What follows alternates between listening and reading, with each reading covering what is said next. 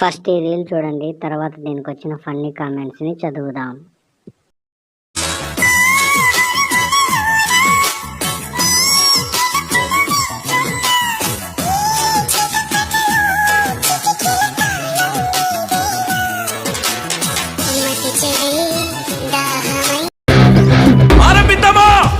దీనికి ఏమైనా రాజమౌళి సినిమాలో ఐటమ్ సాంగ్ ఇస్తారని ఫీల్ అవుతుందేమో.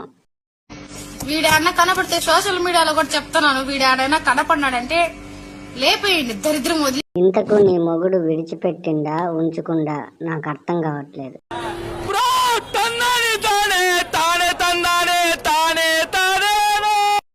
అసలు ఇది చూపించు